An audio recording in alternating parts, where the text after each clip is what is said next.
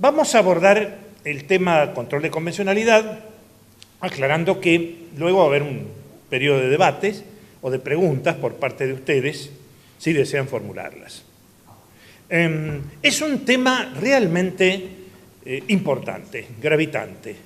Es un asunto que importa una verdadera revolución copernicana en la manera de comprender y aplicar el derecho nacional. Vamos a asumir la importancia y la gravedad del tema partiendo de una aclaración. La doctrina del control de convencionalidad está, para nosotros, fundamentalmente diseñada por la Corte Interamericana de Derechos Humanos, no hace mucho, desde el año 2006, o sea que tiene menos de 10 años. Cuidado, antes la Corte Interamericana también hacía control de convencionalidad, pero lo hacía ella misma. La diferencia es que a partir del año 2006, la Corte Interamericana está reclamando que sean los jueces nacionales quienes también y fundamentalmente ellos hagan control de convencionalidad. La Corte se ha entusiasmado y ahora pide que no sean solamente los jueces, sino también los órganos del Poder Legislativo y del Poder Ejecutivo y todos los órganos del Estado, especialmente los vinculados con la Administración de Justicia. Esto, por un lado, ha desparramado la responsabilidad del control de la convencionalidad en muchos protagonistas, no exclusivamente a los jueces, pero fundamentalmente es una directriz, sí, para funcionarios y magistrados del Poder Judicial. Ustedes van a advertir que esta doctrina del control de convencionalidad no es, en primer lugar, solamente una doctrina. Es derecho positivo, vigente y obligatorio. Es decir, no se trata que los jueces puedan o no puedan hacer control de convencionalidad, sino que deben hacerlo y, a partir del caso Trabajadores Cesados del Congreso versus Perú, deben hacerlo inclusive de oficio. Es decir, la Corte Interamericana se ha puesto muy exigente en esta materia y tal vez ella no se ha exigido a sí misma tanto como está reclamando a los operadores nacionales que lo hagan. Por lo tanto, no es una teoría, es una regla jurídica en vigor. Van a advertir ustedes también que la doctrina del control de convencionalidad no se ha expuesto a través de un texto sancionado legalmente o de un tratado internacional, sino que es producto de una evolución jurisprudencial de la Corte Interamericana de Derechos Humanos, evolución que no es académicamente perfecta ni impecable. No tiene un desarrollo conceptual puro, es una doctrina que surge a borbotones, que es zigzagueante, que avanza, que retrocede, que después avanza todavía más, pero no tiene un desarrollo, como digo, rectilíneo. No ha sido producto de un congreso jurídico, sino de sentencias judiciales de la Corte Interamericana. Esa creación es muy propia más del common law que de nuestra mentalidad continental. Revela, por un lado, el valor creativo de la jurisprudencia, llegando a, vamos a ver, a la adopción de soluciones mutativas, sentencias mutativas, en las que son sentencias nomogenéticas, es decir, sentencias que generan normas, cosa que no encasilla completamente con nuestra mentalidad tradicional del juez cumplidor de la Constitución y cumplidor de la ley y de los tratados internacionales. Aquí es algo más, es el juez creador del derecho. Tema naturalmente polémico, tema cuyas fronteras no son claras, tema que pone en entredicho las pautas tradicionales de la doctrina clásica de división de los poderes. Cuando Montesquieu dibuja la doctrina de división de los poderes, asigna al Poder Judicial un rango de ejecutor de la ley. Recuerdan ustedes la bouche de la loi, la boca de la ley. Los jueces hicieron mucho más que ser boca de la ley. En 1920, Hans Kelsen, cuando diseña los tribunales constitucionales, les asigna a los tribunales constitucionales papeles de derogadores y abolidores de normas inconstitucionales, o sea, los transforma en legisladores negativos.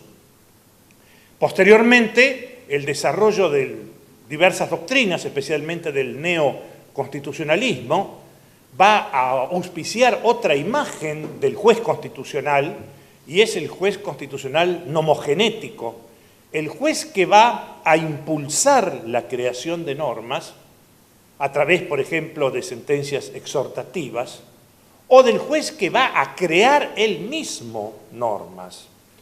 Como muestra de ese desarrollo, insisto, muy discutible, pero que, digamos, está presente en el paisaje judicial contemporáneo, podemos encontrar hasta algunas constituciones. La de Ecuador viene a ser la más significativa, pero varios estados mexicanos como Chiapas, como Querétaro, como Veracruz también lo hacen, constituciones que le asignan a los tribunales constitucionales o a las Cortes Supremas que cumplen roles constitucionales el papel de, ante supuestos de constatar inconstitucionalidades por omisión, el papel previa intimación al Poder Legislativo frustrada, desobedecida, desoída, el poder de dictar la norma faltante como legislador suplente y precario. Es decir, suplente porque actúa si el legislador no lo hizo, y precario actúa hasta que el legislador dicte la norma ausente. Esto no es una directriz totalmente vigente en el derecho comparado, no, pero nos muestra, es un adelanto de las avanzadas activistas del Poder Judicial, en este caso ya retratadas constitucionalmente. O sea que vamos dejando el ámbito de las teorías para entrar en la esfera de las realidades y del derecho positivo en vigor. En ese clima tan peculiar, tan propio de estos años, es donde se lanza la doctrina del control de convencionalidad en lo que interesa nuestro ámbito, no quiero referirme a Europa, por la Corte Interamericana de Derechos Humanos. La doctrina del control de convencionalidad va a tener, digamos, 2 o 3 casos fundamentales. El primero, Almonacid Arellano, año 2006, es la imagen, ya vamos a anticipar, del control represivo de convencionalidad.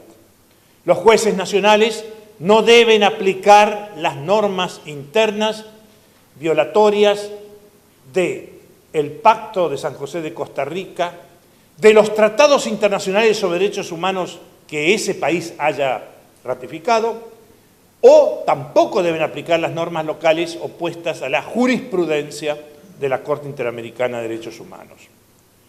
3 meses después, en Trabajadores Cesados del Congreso, va a decir: cuando hablamos de inaplicación de normas nacionales, no nos referimos solamente a las leyes, sino a todas las normas internas opuestas al Pacto de San José o a la jurisprudencia de la Corte Interamericana de Derechos Humanos, es decir, que las constituciones, para decirlo vulgarmente, caen en la volteada también, las constituciones. 3 años después, en Radilla Pacheco, 2009, la Corte Interamericana va a abrir una enorme ventana que es el control constructivo de convencionalidad, donde va a pedir y a exigir que los jueces nacionales interpreten el derecho nacional conforme al Pacto de San José y a la jurisprudencia de la Corte Interamericana. Es decir, ahí se trata no de destruir normas, sino de reciclar el derecho interno conforme a esas directrices. Y por último, en Hellman 2, una sentencia de marzo del 2013, la Corte Interamericana va a rediseñar todo el control de convencionalidad conforme a ese cuadrito sinóptico, que lo vamos a explicar, y va a subrayar que el control de convencionalidad tiene que hacerse no solamente por los jueces en la aplicación de las normas, sino también por todos los órganos del Estado en la emisión de normas, en la sanción de normas.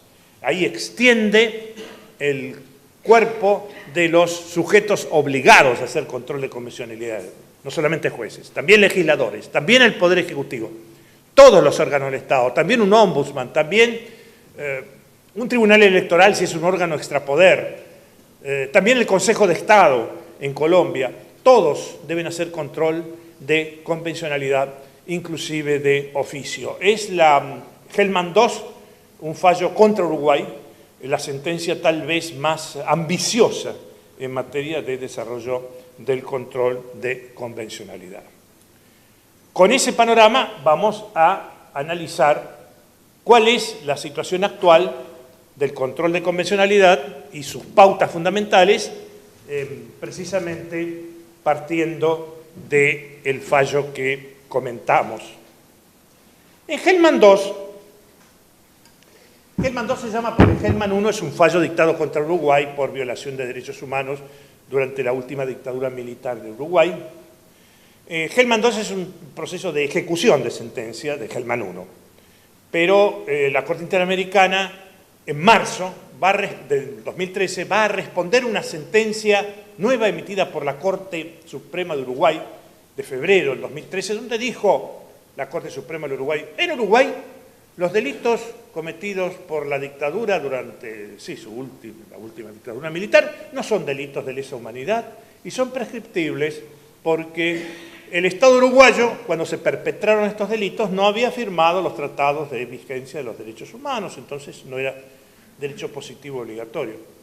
La Corte Interamericana va a decir, sí, no habrá firmado sus tratados, pero los delitos de lesa humanidad eran delitos de lesa humanidad y por lo tanto imprescriptibles, aunque el Estado uruguayo no los hubiera firmado las convenciones, los tratados respectivos, porque así lo disponía el ius cogens internacional. Es decir, el ius cogens es un derecho internacional que puede ser consuetudinario, no formal, no instrumentado en tratados, y que obliga a todos los miembros de la comunidad internacional, les guste o no. Es un requisito de pertenencia a la comunidad internacional de las naciones el aceptar el ius cogens, y por lo tanto Uruguay no podía evadirse de eso sobre pretexto de que no había firmado los tratados internacionales que declaraban la imprescriptibilidad de los delitos de lesa humanidad.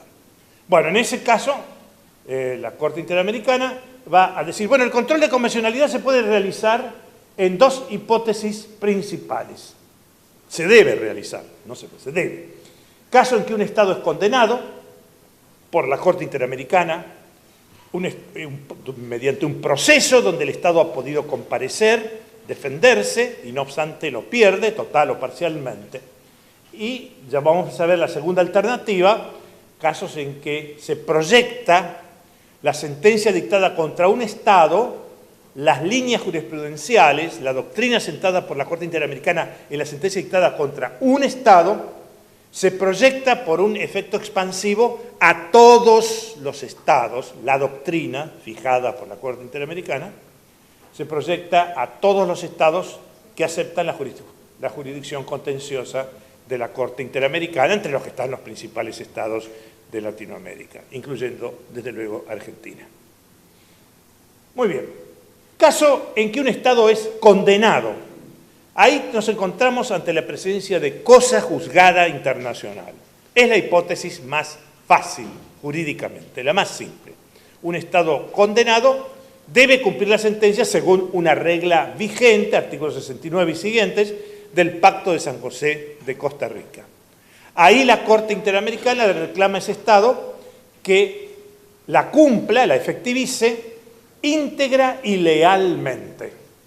Íntegra y lealmente. Entonces le dice a Uruguay, si nosotros en el año 2011 condenamos a Uruguay por violación de derechos humanos, en el caso Hellman, no puede luego la Corte Interamericana, la Corte uruguaya sacarme otra sentencia donde diga que los delitos por los cuales había sido condenado Uruguay en Hellman I, resulta que son prescriptibles, resulta que no son delitos de lesa humanidad. Hay ahí una evasión oblicua, indirecta, una desobediencia indirecta al fallo Hellman I. Ahí reclama entonces cumplimiento leal e integral y se apoya la Corte Interamericana en una cláusula específica del Pacto de San José de Costa Rica. Esta dimensión del control de convencionalidad es la que menos debates origina y la que más apoyatura normativa expresa tiene. Perfecto. La dejamos ahí.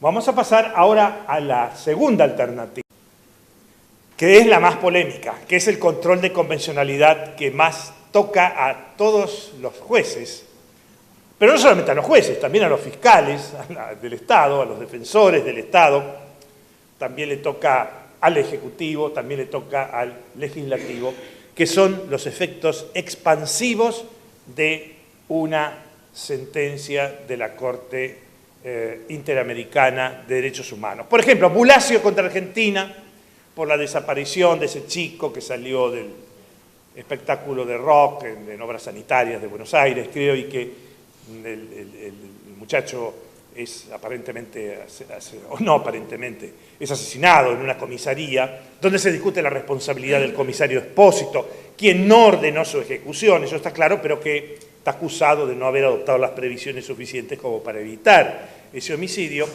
La sentencia dictada allí, que dice que esos delitos son imprescriptibles, obliga a todos los estados del sistema interamericano, aunque no hayan sido parte en el proceso Bulacio contra Argentina, la doctrina judicial fijada por la Corte Interamericana. Bueno, eso ya sale con Almonacid Arellano, año 2006. El tema es jurídicamente peliagudo porque no hay ningún artículo del Pacto de San José de Costa Rica que diga que un Estado que no ha sido parte en un proceso deba seguir la doctrina fijada por la Corte Interamericana en ese proceso.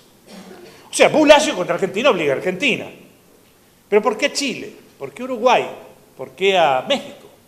Este es el tema más disputado, más controvertido, porque, insisto, no hay un precepto puntual del Pacto de San José que diga los Estados deben seguir la doctrina fijada por la Corte Interamericana en un fallo pronunciado contra otro Estado. Bueno, la Corte Interamericana ha ensayado aquí una argumentación jurídica totalmente opinable, bien intencionada, pero hay que reconocer que es controvertible. La Corte Interamericana dice, bueno, este efecto expansivo, que no surge literalmente del pacto, sí emerge de 2 o 3 principios internacionalistas. El principio de la bona fide, la buena fe, en el cumplimiento de las obligaciones internacionales, el principio pacta sunt servanda, los pactos deben ser obedecidos, y el principio del efecto útil, que dicho en francés, effet utile, queda hasta un poquito refinado, aflautado, el effet utile, el efecto útil, que en materia internacional reclama que cuando un Estado firma un tratado, debe adoptar todas las normas de derecho interno y modificar, si es necesario el caso, para cumplir con ese tratado. Perfecto, pero el problema es que el Pacto de San José de Costa Rica no dice eso. No lo dice. La Corte Interamericana se lo hace decir al Pacto de San José de Costa Rica. Y esto ha provocado un rechazo en gran parte de la doctrina y en algunos países, pocos, en torno a la admisión de la doctrina del control de convencionalidad en esta versión que estamos exponiendo. ¿Qué hizo, desde mi modesta perspectiva, la Corte Interamericana de Derechos Humanos en Almonacid Arellano y en el resto de los fallos en esta materia, en la hipótesis 2? Me parece que hizo una interpretación mutativa por adición. Vamos a recordar que es una interpretación mutativa. La interpretación mutativa es aquella que, ante una norma legal, deja el texto incólume. El texto sigue igual. Pero el contenido normativo de ese texto es, ya lo vamos a ver al final, ampliado, achicado o reemplazado, sustituido. Las sentencias mutativas, desde luego, no son pacíficamente aceptadas en el mercado jurídico. En la sentencia mutativa, algunos sostienen que lo que está haciendo el tribunal es asumir papeles de legislador, si está mutando una ley, o de constituyente, si está mutando el contenido de un precepto constitucional. Es una muestra, sin duda, de activismo judicial, es una muestra de desarrollo judicial, es una muestra de asunción de roles nomogenéticos por parte de la judicatura. Esto cualquier jurista de espíritu clasicista diría, pero eso está violando el principio de división de los poderes. Efectivamente, Montesquieu diría, sí, me están violando el principio de división de los poderes. Kelsen tal vez diría también, me están violando el principio de división de los poderes. Yo admito que un tribunal constitucional pueda derogar una norma por inconstitucionalidad, pero no que pueda hacerme estas travesuras jurídicas. Lo cierto es que las mutaciones han existido desde hace mucho tiempo y han aparecido en las mejores familias.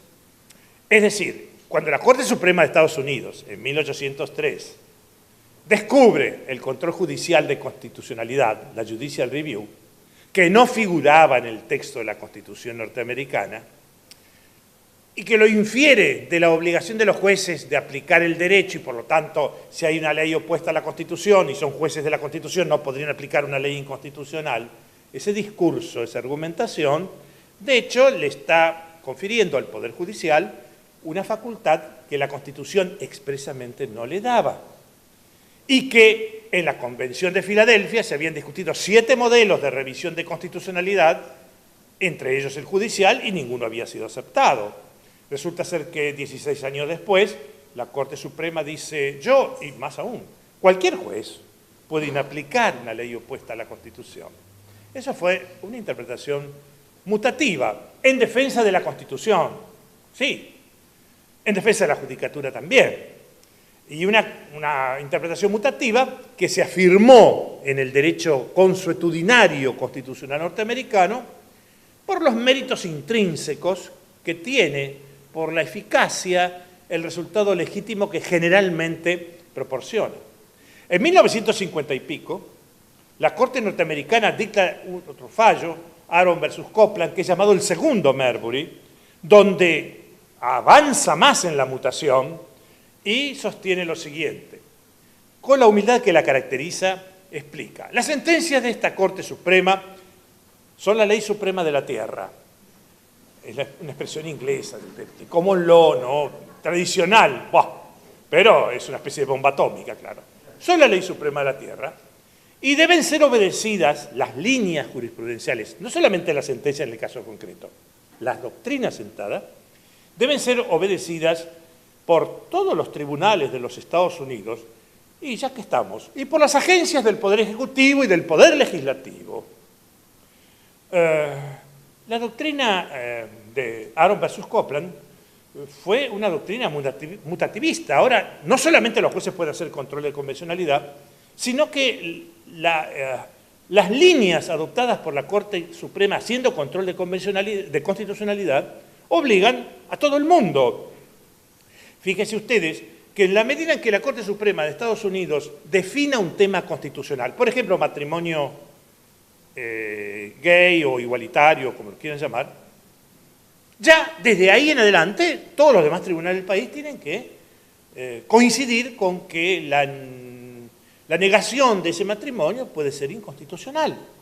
O sea, está ejerciendo roles legislativos y quizás constituyentes. Bueno, eso es una interpretación mutativa por adición. La Corte Suprema está cambiando la jurisprudencia tradicional, está cambiando el derecho constitucional anterior por un nuevo derecho constitucional, como Lawrence versus Texas, cuando se discute si una relación homosexual entre adultos libremente consentida y practicada en la intimidad, si eso no es controlable por la moral pública, en Lawrence versus Texas la Corte Suprema dice no. La opinión pública no debe, la opinión de la moral pública no debe implicar un interés relevante como para condicionar ese tipo de relaciones. Eso lo dice en 2004. Pero en 1986, pocos años antes, había dicho que era constitucional una ley de Georgia que castigaba ese tipo de sodomía aunque estuvieran practicados en la intimidad, libremente consentidos y por adultas. Un cambio fenomenal en la forma de entender el derecho de privacidad. En Lawrence versus Texas, la Corte llega a decir que el derecho a la privacidad implica un blindaje para los protagonistas del acto íntimo, un blindaje frente a la moral colectiva. Sí, le dice la minoría, pero hace 16 años dijimos exactamente lo contrario.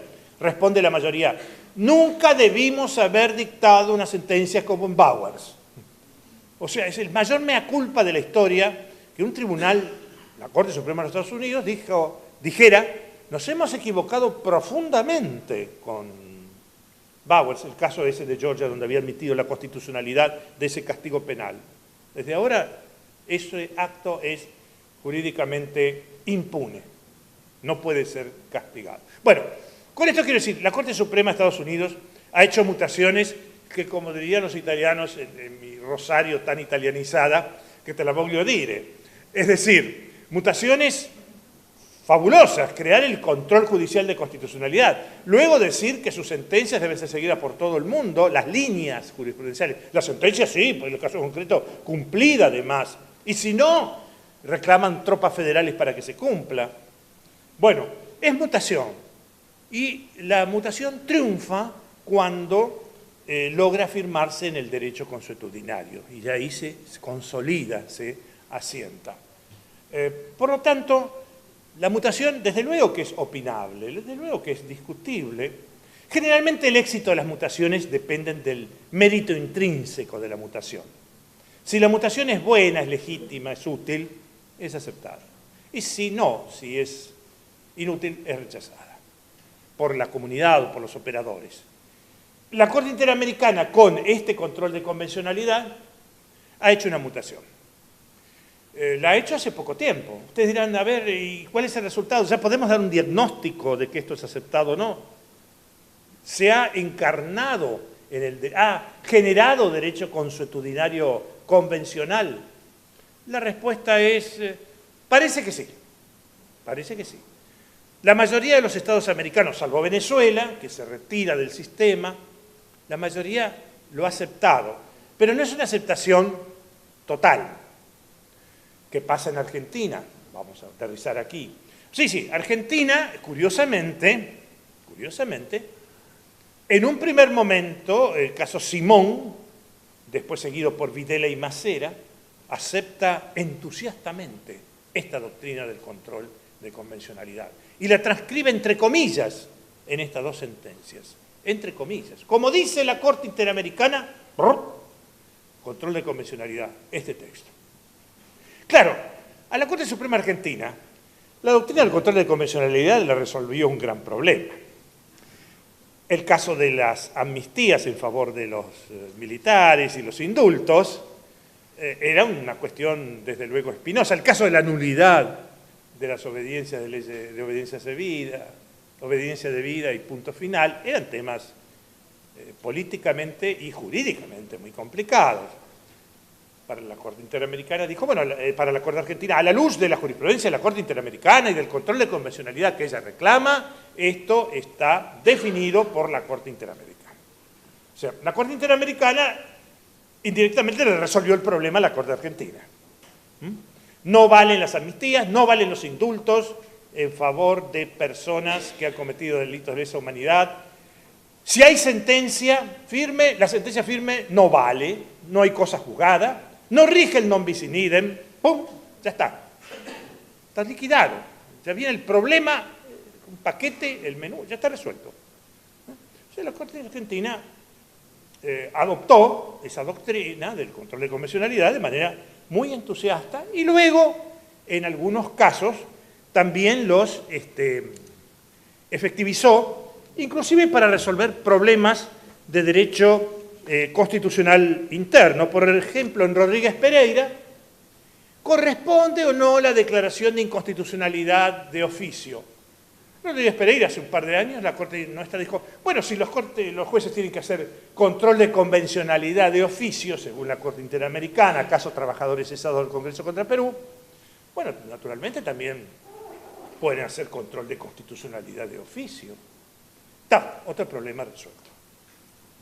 Lo curioso es, esto lo dejo como la pulga en la oreja, como dirían los franceses, que en el caso Aparicio, resuelto en abril del 2015, la Corte Suprema se ocupa de un tema muy importante, como es la integración de los jueces suplentes o conjueces de la Corte Suprema.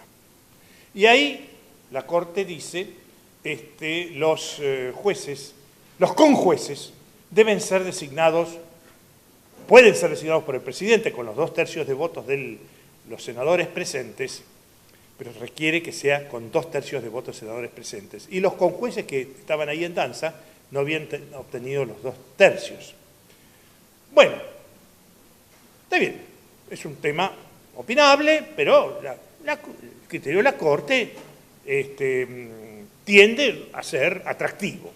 Pero lo cierto es que, en un considerando, la Corte Suprema dice, y la Corte Interamericana de Derechos Humanos ha subrayado la necesidad de la independencia y la jerarquización del Poder Judicial para cumplir sus roles. Perfecto, doctrina aplaudible. Pero añade, la jurisprudencia de la Corte Interamericana debe servir de guía para los jueces argentinos. Claro que debe servir de guía. Eso ya lo había dicho en Giroldi, en Bramajo, hace 20 años.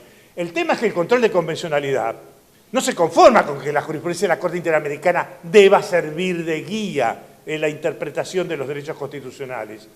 Lo que el control de convencionalidad va a exigir exige es que se aplique esa jurisprudencia, no solamente como guía, sino como jurisprudencia compulsiva para los jueces argentinos y de los del sistema interamericano.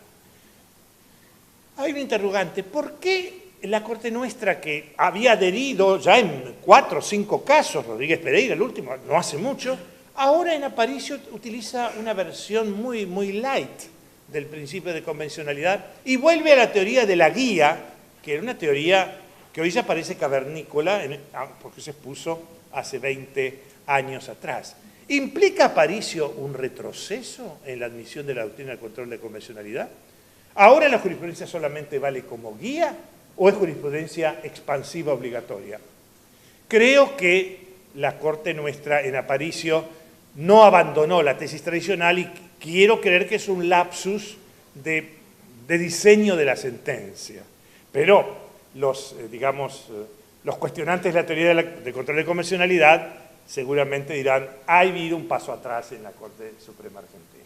Bueno, esta es la situación para nuestro país. Vamos a ver cómo funciona el control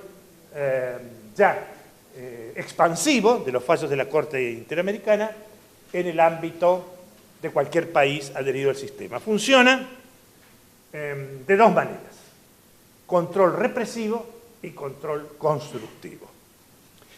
Voy a comenzar por el control represivo porque fue el primero diseñado en 2006, pero para un juez, para cualquier operador, primero en realidad debe funcionar el control constructivo, recién después si falla el destructivo. Es decir, cuidado, en términos cronológicos de operatividad, primero el constructivo, después el represivo. Voy a hablar primero del represivo porque fue el que primero se expuso cronológicamente al Monacid Arellano, trabajadores cesados del Congreso. 2006, agosto y noviembre aproximadamente. ¿Qué nos dice esta doctrina? Que los jueces, de oficio inclusive, trabajadores cesados del Congreso, deben inaplicar las reglas de derecho interno, las normas de derecho interno, opuestas a los tratados internacionales de derechos humanos que ha firmado ese Estado, no solamente el Pacto de San José, pero especialmente el Pacto de San José, u opuestas a la jurisprudencia de la Corte Interamericana de Derechos Humanos. Se trata, por lo tanto, de una tarea de comparación, donde hay un material jurídico superior formado por los tratados internacionales, la jurisprudencia de la Corte Interamericana. Cuidado, en 2014 agrega también la doctrina expuesta por la Corte Interamericana de Derechos Humanos en opiniones consultivas. O sea, sentencias de la Corte Interamericana más opiniones consultivas también. ¿Qué pasa entonces si un juez constata una colisión entre una regla interna y ese paquete normativo, ese combo de tratados internacionales, más jurisprudencia de la Corte Interamericana, más opiniones consultivas de la Corte Interamericana. Bueno, la frase de la Corte Interamericana es lapidaria. Considera que en ese caso de haber colisión, las reglas internas deben, así, literalmente, considerarse desde su inicio carentes de eficacia jurídica. Es decir, es una declaración que si la leímos con mucho entusiasmo parecería concluir que las normas internas serían inexistentes jurídicamente, no solamente nulas, sino inexistentes, carentes de eficacia desde su inicio. Es una especie, una sepultura de las reglas internas opuestas a ese paquete, ese combo normativo predominante. Tal es, entonces, la directriz más dura de la Corte Interamericana, que luego se va a moderar un poco mucho, con la doctrina del control constructivo. Claro está que, voy a terminar con esto, con el control represivo, surge una duda para el juez. ¿Qué tiene que hacer el juez? Tiene que ser una aplicación robótica. La Corte Interamericana dijo esto. Esta ley argentina, o un artículo de nuestra Constitución, se opone terminantemente, por lo tanto no existe, y punto. Tenemos un dictamen que intentó ser una suerte de anestesia, o de suavización, o de moderación de este control represivo o destructivo, que fue el dictamen del procurador Righi, en el caso Acosta, también llamado Bayarri. Ahí Righi, que era un procurador general de gran perfil jurídico, sostuvo que el juez local, antes de aplicar la trituradora, el rayo exterminador, debía realizar una operación selectiva, es decir, debía ver si lo dicho por la Corte Interamericana en una sentencia era un holding, o sea, un elemento básico, esencial del fallo, o era una argumentación obiter dictum, dicha al pasar, no indispensable para resolver la litis, una especie de, para hablar en términos culinarios o gastronómicos, guarnición del plato. Si era plato principal, sí, había que seguir. Si era guarnición, no. No obligaba así. Se podía tener en cuenta, pero no obligaba.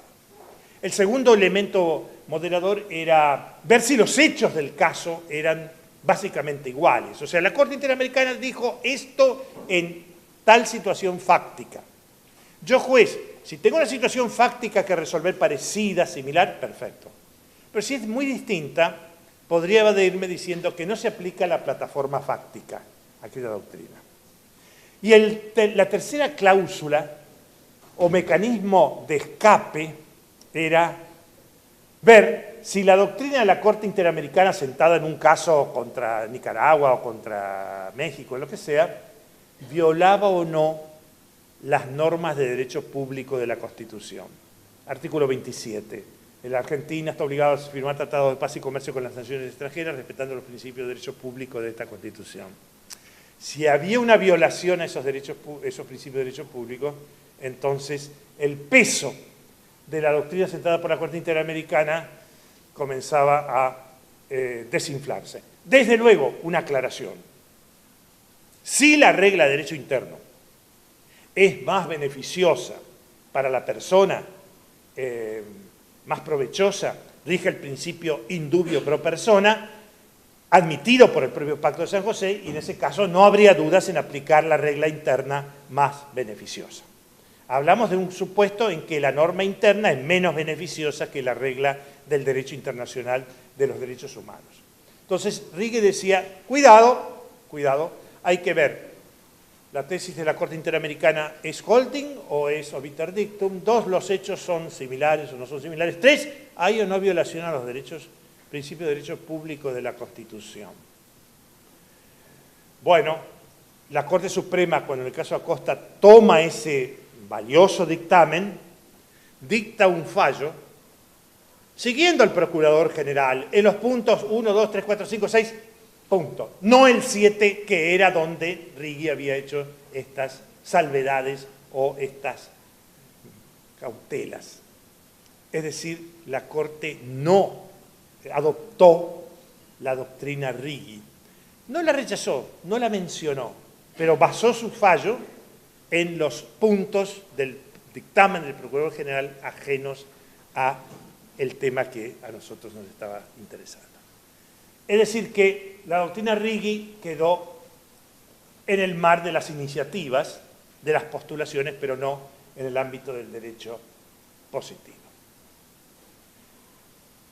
Bueno, vamos a pasar ya a la última parte, que es la más compleja, la más trabajosa para el juez.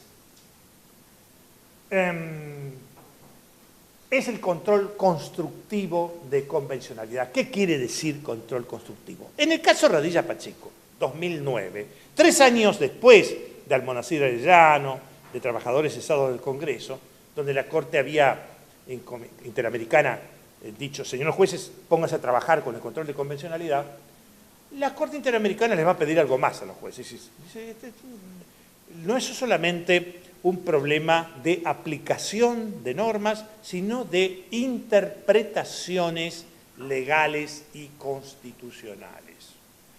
Interpretaciones que deben ser conforme del derecho nacional, una interpretación conforme del derecho nacional con el derecho interno de derechos humanos y la jurisprudencia de la Corte Interamericana de Derechos Humanos.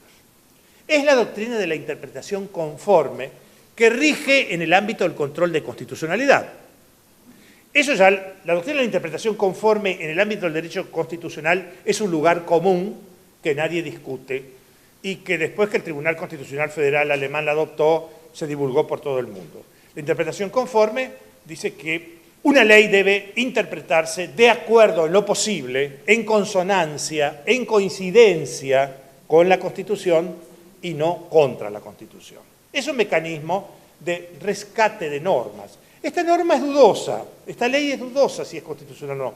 ¿Puedo encontrar una interpretación acorde con la Constitución? Sí, entonces sigo esa interpretación. Pero hay otras que no son acordes, me olvido. Manejo con las interpretaciones conformes. Bueno, justamente ese control constructivo o de interpretación conforme de normas, con, en este caso, los pactos internacionales de derechos humanos, la jurisprudencia de la Corte Interamericana, las opiniones consultivas, se traduce en estos dos trabajos que tiene que hacer el juez. Selección de interpretaciones y construcción de interpretaciones. ¿Por qué es anterior a aquello? Porque si resuelve el problema mediante selección de interpretaciones o construcción de interpretaciones, no tiene que inaplicar las reglas locales, no, las aplica, pero con este tamiz, selección de interpretaciones y construcción de interpretaciones. Entonces, vamos a tomar esto y vamos a dar 4 ejemplos, nada más, uno por cada uno de esta y uno de cada una de las 3, de la Constitución argentina con el Pacto de San José y la jurisprudencia de la Corte Interamericana. Vamos al caso de selección de interpretaciones. Esto quiere decir, el juez toma la norma argentina y dice, vamos a ver si coincide con el Pacto de San José. Bien, voy a ver qué interpretaciones posibles encuentro de la norma argentina para averiguar si alguna de ellas encaja, empalma, se amalgama, se compatibiliza con el Pacto de San José. Tomemos, por ejemplo, la cláusula constitucional que dice, artículo 14, que todo habitante tiene derecho a publicar sus ideas por la prensa sin censura previa. Esta norma se puede interpretar de varias maneras. Una vendría a ser una interpretación arcaica, regresiva, y otra una interpretación progresiva, amplia. Vamos a tomar la interpretación arcaica para demostrar que no coincide con San José. Todo habitante tiene derecho a publicar sus ideas. Ideas. ¿Qué pasa con los dibujos? Los cómics, las caricaturas, ¿son ideas? Bueno, sí y no. Por eso no las veo como ideas, las veo como expresiones artísticas, pero no ideas. ¿Qué pasa con las informaciones? ¿Son ideas? No, la información no es una idea, la información es la transmisión de un hecho. Entonces podría seguir una variable restrictiva del artículo 14 y decir, solamente tutela, ampara contra la censura previa a las ideas, no ampara a las imágenes, no ampara a las informaciones. Prensa, ¿qué quiere decir prensa? Si soy un historicista y postulo una interpretación retrógrada de la Constitución, me voy a 1853, que es prensa escrita. Por lo tanto, la prensa oral, radio, televisión, no estarían cubiertas por esta figura. Entonces podría haber censura sobre dibujos, imágenes, informaciones, prensa radial, prensa televisiva. ¿Esa interpretación es compatible con el Pacto de San José y la jurisprudencia de la Corte Interamericana, por ejemplo, de Herrera Ulloa? No, no es compatible. La Corte Interamericana indica que el derecho de libertad de expresión involucra no solamente ideas, sino también informaciones, expresiones de cualquier tipo, y cubre cualquier manera, cualquier vía de expresión que quiera el que quiere expresar, que quiera usar el que desea expresarse. Por lo tanto, la televisión y los radios están protegidas. Entonces, me queda una interpretación regresiva, una interpretación progresiva. La progresiva me coincide con el Pacto de San José, perfecto, la uso. Y no hay problema, no hay problema. Concilio, mediante una interpretación progresiva, el artículo 14 con el artículo 13 del Pacto de San José de Costa Rica. Curiosamente, nuestra Corte Suprema, en el caso Servini de Cubría, siguió una interpretación del artículo 14 de la Constitución que en parte fue progresiva y en parte fue limitativa. Recuerdan ustedes, era el problema del tape de Tato Bores, donde presuntamente se ridiculizaba a esa jueza, todavía en ejercicio de su cargo. Ahí la Corte Suprema dijo algo que implicó una interpretación progresiva, dijo que la libertad de expresión, la prohibición de censura, cubría también los tapes televisivos cómicos, porque la comicidad era una forma de expresarse y que políticamente era una manera tradicional de crítica a un gobierno y que por lo tanto estaba amparada por el artículo 14. Hasta ahí vamos bien. Pero luego levantó la censura porque la Cámara de Apelaciones no había visto el tape censurado. Y además destacó que la TV no gozaba de una libertad, de una tutela protectora del artículo 14 de la misma manera que la prensa escrita. ¿Por qué? Porque la televisión, según la alegoría de la Corte nuestra, invadía, digamos, la psiquis de la persona. Usted enciende el televisor, entonces recibe un caudal informativo que supera sus barreras inhibitorias en muchas personas, al revés de un diario donde usted va leyendo y si quiere deja de leer. Lo otro, dejar de mirar, dejar de escuchar, puede ser, pero para mucha gente automáticamente sigue viendo, sigue escuchando, sin filtrar más. Eso es muy, muy discutible. Aquí tienen ustedes una muestra de una jurisprudencia que en parte coincide con la Corte Interamericana, una interpretación que en parte coincide y en parte ya no coincide por una interpretación reductora del Pacto de San José de Costa Rica. Les he dado un ejemplo entonces donde por medio de selección de interpretaciones podemos dar una versión del artículo 14 conciliable con el artículo 13 del Pacto de San José y otra versión, la de la Corte Argentina Servini de Cubría, que en parte coincide y en parte no coincide. Lo cierto es que si encuentro una interpretación compatibilizadora, no tengo necesidad de hacer control represivo. Me manejo con la interpretación potable y chao. Y ya resolví el problema de coincidencia entre el derecho nacional y el derecho internacional de los derechos humanos. Vamos a lo último. Construcción de interpretaciones. Hasta el momento el juez lo que hizo fue tomar el artículo y ver, a ver, interpretación número 1, 2, 3, 4, 5. Hizo como un catálogo, acto de interpretaciones, como una especie de arqueólogo que se ha metido en la norma y ha auscultado sus posibilidades interpretativas. En la tarea de construcción de interpretaciones, lo que se le demanda es un poco más. Se le demanda que realice interpretaciones mutativas para adaptar el texto nacional al Pacto de San José y a la jurisprudencia de la Corte Interamericana de Derechos Humanos.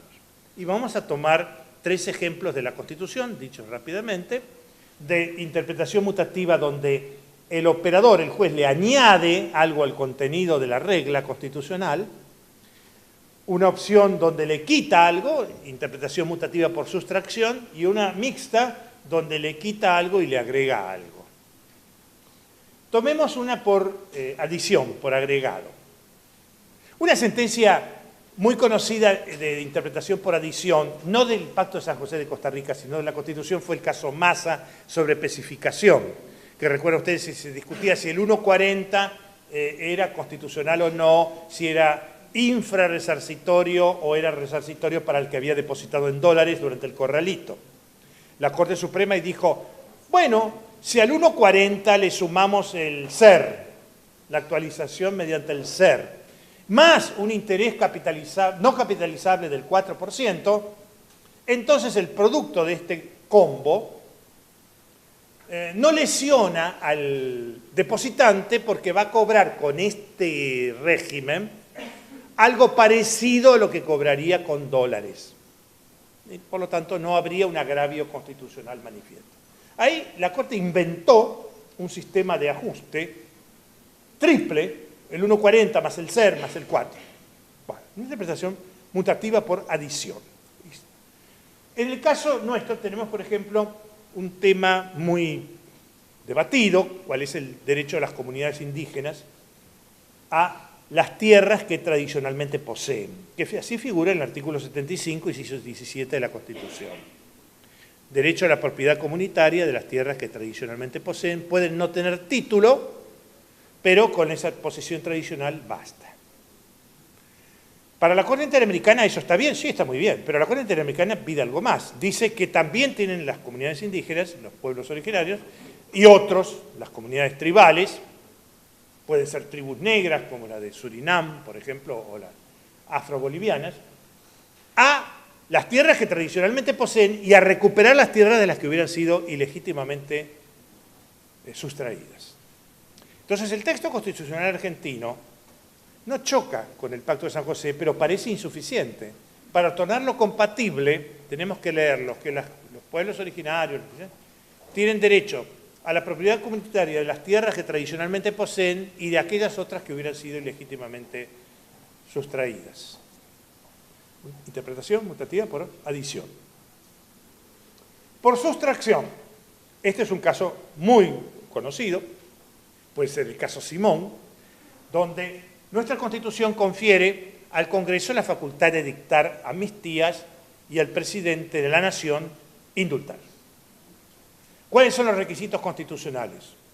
Para las amnistías que sean generales, para los indultos que sean por delitos sometidos a la jurisdicción federal y previo informe del Tribunal de la Causa.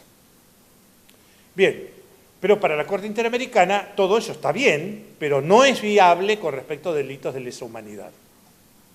Ya la Corte nuestra había realizado anteriormente al tema del proceso militar y todas esas cosas, una operación reductora afirmando que las amnistías no cubrían delitos aberrantes. Eso lo había dicho la Corte nuestra, antes. Ahí reducía la facultad del Congreso, la recortaba. Puede haber amnistías, pero no para delitos aberrantes. Ahora, tenemos que hacerle otro recorte más. Tenemos que leer, el Congreso podrá dictar leyes de amnistía, salvo respecto a delitos de lesa humanidad, o el presidente podrá indultar y conmutar las penas, salvo respecto a delitos de lesa humanidad, que fue lo que aplicó en Simón. Entonces, ahí estamos haciendo una interpretación mutativa por reducción. Achicamos la extensión de la norma constitucional, dejando intacto el texto. Y vamos a la tercera, la mixta, por sustracción, sustitución, donde le quito algo y le coloco algo, que es la mutación más discutida, porque acá el operador, el juez, le está Está cambiando el contenido del mensaje normativo. El texto parece ser una cáscara cuyo contenido es sustituido por otro. Tenemos un caso, el caso Brusa, resuelto por nuestra Corte, artículo 115 de la Constitución. Artículo 115 demanda que, o aclara, que los fallos que emita el Tribunal de Enjuiciamiento Federal de Magistrados inferiores a la Corte es irrecurrible. Está clarísimo, si quiere más claro, échele agua. No es un texto de 1853 donde usted dirá, bueno, Echevarría dijo... No, Echevarría no dijo nada porque ya estaba muerto. Gutiérrez dijo esto, Alberdi pensó aquello, Alberdi no fue constituyente, pero pensaba. Bueno, Seguí añadió esto otro, Zavalía... No es Zavalía ni nada. Aquí es un dictamen aprobado casi por unanimidad, donde estaba claro que no se quería que nadie modificara lo resuelto por el Tribunal de Enjuiciamiento. Claro, Brusa, condenado por el Tribunal de Enjuiciamiento, dice, este Tribunal de Enjuiciamiento no es un órgano judicial, es un órgano, lo podemos llamar político, lo podemos llamar administrativo, o en derecho siempre tenemos el latín que nos salva, sui generis, ¿no? Con eso ya dormimos todos tranquilos. Bueno, sui generis, tutti contenti, sí, sui generis raro. Pero es irrecurrible, sí, perfecto. Pero el artículo 25 del Pacto de San José dice que toda persona lesionada en su derecho tendrá derecho a un amparo o a un recurso ágil y expeditivo que lo ampare contra actos violatorios de derechos emergentes de este pacto, de la Constitución, derechos fundamentales emergentes de este pacto, de la Constitución a las leyes. Entonces Brusa dice, yo tengo derecho a un recurso judicial ante un juez o tribunal competente, como dice el artículo 25 del pacto.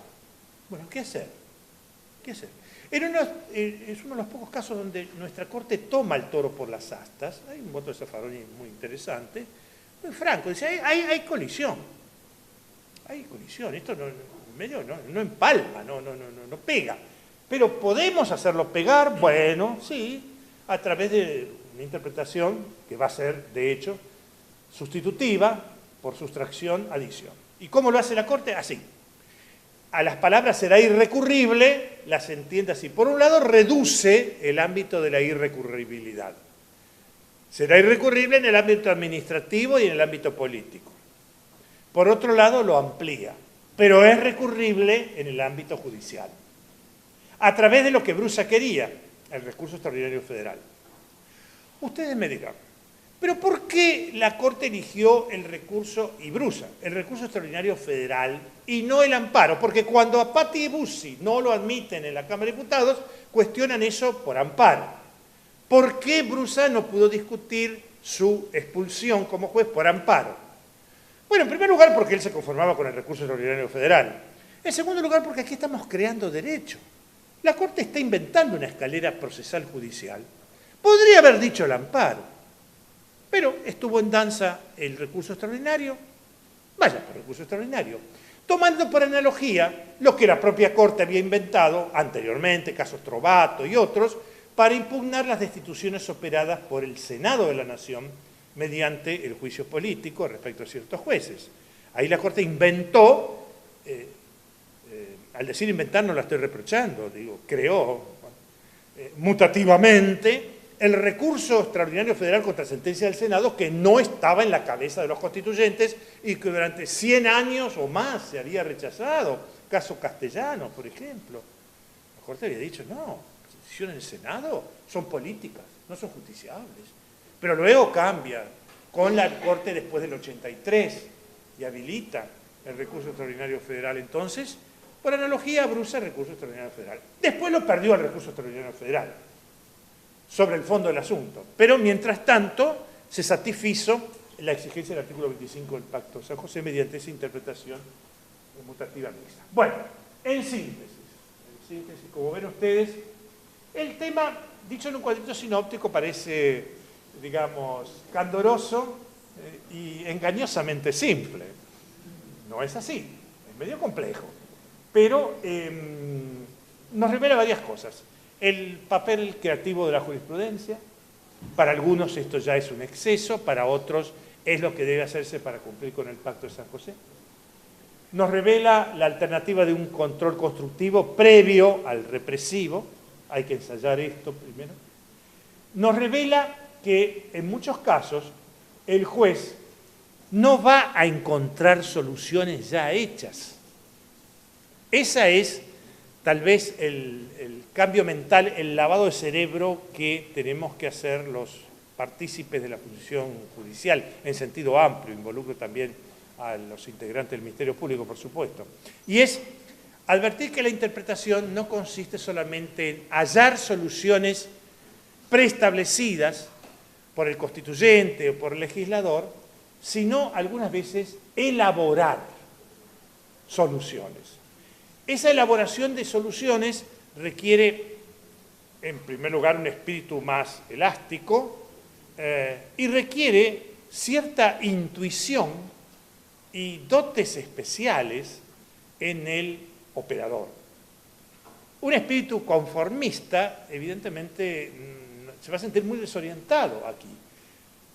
Hay que reconocer que nuestras universidades no nos han programado, no nos han entrenado siquiera, no nos han dicho que hay alternativas interpretativas creativas. O cuando las hubo, se ocultaban o no se destacaban, como el diseño del control de constitucionalidad judicial por la Corte Suprema de Estados Unidos, eso era en 1803, pero pocas veces se decía, se inventó. No, la Corte aplicó principios jurídicos, no solamente aplicó, inventó una solución, sacó de la gran galera del derecho constitucional el gran conejo, que fue el control judicial de convencionalidad, la judicial review, con un éxito luego enorme en la experiencia jurídica. Es decir, asumamos que la interpretación puede ser creativa. Y para ya el tratamiento shock final, todo esto nos puede llevar hasta una remodelación de la idea de constitución, de la Constitución Nacional, en algo que puede parecer herejía, les aclaro que siendo luteranos, por lo tanto para mí la herejía no es problema, la mitad de mi familia no, católicos. Bueno, pero la herejía consiste en la, iba a decir la sustitución o el reemplazo, pero la recreación de la Constitución Nacional por la idea de la Constitución convencionalizada. ¿Y qué es la Constitución convencionalizada? La Constitución convencionalizada es la Constitución nacional, pero, un pero grandote, pero una Constitución conformada con los tratados internacionales de derechos humanos y con la jurisprudencia de la Corte Interamericana de Derechos Humanos, lo que obliga a advertir que algunas de sus cláusulas pueden ser inaplicables. Por ejemplo, la que exige los 2.000 pesos fuertes para ser senador, presidente de la Nación, vicepresidente o juez de la Corte Suprema de Justicia. Es una cláusula casi derogada ya por el derecho consuetudinario, pero si se quisiera aplicar, esa regla resultaría imposible con las pautas de igualdad democrática exigidas por el artículo 33, o ya me he olvidado el número, del Pacto de San José de Costa Rica, exigir esos recaudos económicos para poder acceder a esas magistraturas. Esa es una cláusula oligárquica que hoy choca totalmente, no es irredimible, hay que aplicar el control represivo sí o sí, y se acabó la historia. Pero luego, con otras cláusulas, hay que aplicar métodos de selección de interpretaciones y de construcción de interpretaciones. O sea que es la Constitución reciclada en función de ese material jurídico superior. En una palabra, quien hoy solamente conozca la Constitución argentina, ignorando todo el paquete que viene del derecho internacional de derechos humanos, no conoce la Constitución argentina. El autismo constitucional es jurídicamente inaceptable. Y termino siempre con una anécdota que es de Chesterton, el rey de las paradojas. El autor inglés es tan cáustico. Chesterton una vez, creo que en el libro El hombre que fue jueves, habla de un señor que había, en inglés, ¿no?, que conocía, se había recorrido toda Inglaterra de cabo a rabo, ¿no? No había dejado abadía, museo, camino, ciudad, mercado, no quiero decir las demás cosas que fue, pero Se había estudiado toda Inglaterra. Con un detalle, nunca había salido de Inglaterra. Entonces Chesterton dice, el señor Taylor, que solamente conoce Inglaterra, no conoce Inglaterra. Claro, le faltaba el dato comparativo. Aquí podemos decir que el que solo conoce la Constitución, pero no conoce todo este otro paquete que está remodelando la Constitución, tampoco conoce la Constitución. Bueno, disculpen la extensión, creo que...